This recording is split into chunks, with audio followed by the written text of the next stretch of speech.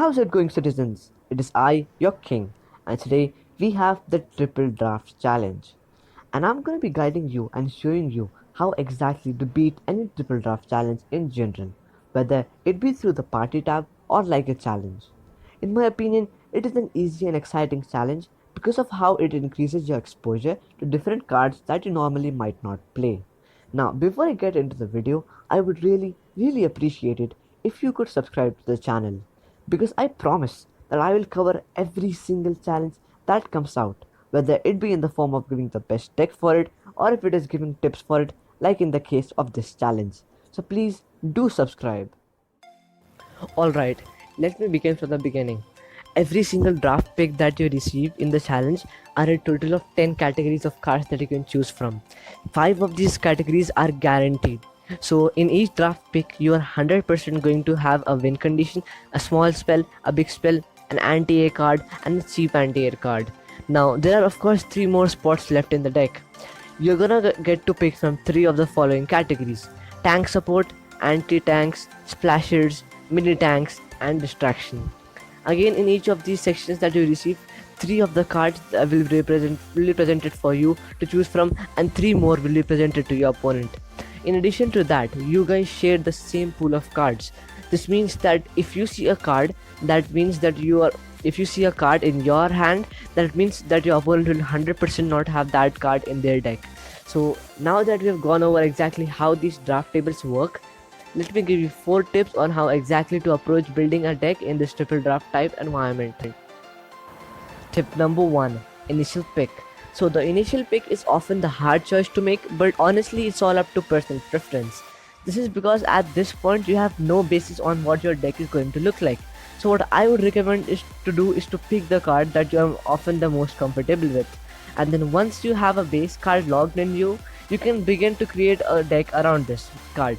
Now of course the order that you get these card picks is random. So if you get something such as a small spells, you can really pick anything that you want, but even that may have an impact on your final choices. For example, if your first pick was to choose from arrows, log, and snowball, I would personally pick arrows because they're honestly one of the best small spells at the moment. But that also means that you may end up with a much more expensive deck. Taking the snowball, on the other hand, opens more synergies with tanks to reset things, such as Inferno Dragons, and still offers a lot of versatility for a much cheaper elixir cost. Finally, picking the log generally means that you will be running a more ground-based rush type deck, such as the Hog Rider or the Elixir Golem, where your win conditions need a full area of denial in order to be effective. Of course, there are a few exceptions.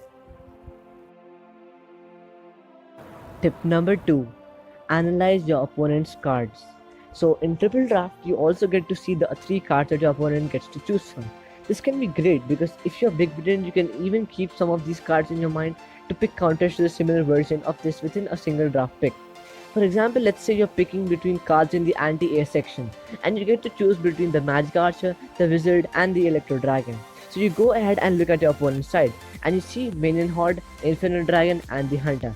In this case, although you could probably make an argument for the Wizard, I would personally go with the E-Drag because it cannot only reset the Infinite Dragon, which can come in handy if you picked any tanks, but it also does a rather effective job against the Minion Horde as well, being able to chain zap them in just a couple shots.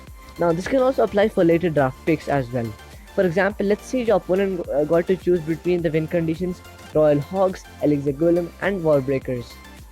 Then in a future pick, you get to choose between the Baller, the Bandit, and the Elite Barbarians. Well, I think you get the gist because you would obviously pick the Baller because he would excel against every single one of those win conditions that your opponent can choose from. Of course, if the choice was between something such as the Baller, the Sparky, and the Bomber, then the choice can get a little bit tricky. And here is where you would take a look at Synergies and Elixir Costs. Tip number 3: Synergies. Now, this is the part of the video that unfortunately will come with practice. But hey, if you start now, you'll definitely improve your play in the future. So what I would recommend is that you get an idea of exactly what cards go into what archetypes. This way, after you've picked 2 or even just 1 card in your deck, you know exactly what type of a deck you're going for. For example, there are different variations of a beatdown deck. You know that there are still a wide variety of cards that are being used in this beatdown archetype. So if you have any of these cards, you can maybe try and aim to build a beatdown deck. Now If you know a few control decks, just like with beatdown decks, having an idea of what cards are in this archetype can really help you create an ultimate goal of what kind of deck you're trying to build. Let me give you an example real quick. Let's say that you're lucky enough to pick the Ice Wizard and the Tornado for your first few picks. If you're familiar with a lot of meta decks, you know that common Ice Wizard Nado decks are in Beatdown, Graveyard, and Expo. All of these decks are very control based, meaning that they make positive trades on defense and then counter push with an Elixir advantage. So in future picks, try and pick cards that have a control aspect to them. This can be in the form of tank busters such as the P.E.K.K.A, win conditions such as the Graveyard, and even other splashers such as the Baby Dragon to synergize with the Tornado essentially. Once you're familiar enough with what decks are popular and what decks function, you have a few cards selected, you should be able to begin to develop an idea of what type of a deck you're trying to aim for in order to make your deck the most effective. Tip number 4. Elixir Cost. Finally, picking combos that synergize well is super important, but you also have to watch the Elixir Cost for the cards that you pick. Picking all super cheap cards may give you a tough time when it comes to defending your opponent's powerful pushes, and putting together a deck that's way too expensive may be too bulky and leave you starving for Elixir. So while it may seem tempting to pick all the super effective cards like Sparkies, Golems, Mega Knights and so on, it's also important to watch your deck's Elixir Cost. Now, while you don't get to see your deck's current average Elixir, fortunately, just looking at the cards that you have drafted can give you a good idea on whether or not you can afford to pick the more expensive cards. For example, if you're offered a choice between the Bowler and the Bomber, sometimes it's more beneficial to actually pick the Bomber, because if the other cards that you have chosen previously are all on the more expensive side, then the cheaper Bomber may fit in much better. Bomber still does a solid job at splashing units on both defense and offense. So even though Bowler is technically slightly better, it will not synergize as well just because it's too bulky of a card to put in your deck. And there you go guys, almost everything you need to know about the triple draft challenge. Unfortunately, that is all I have time for in today's video. I wish you the bestest of luck and hope you get all the wins. Drop a like if you liked the video, consider subscribing for more awesome content. Stay safe and remember, stay awesome.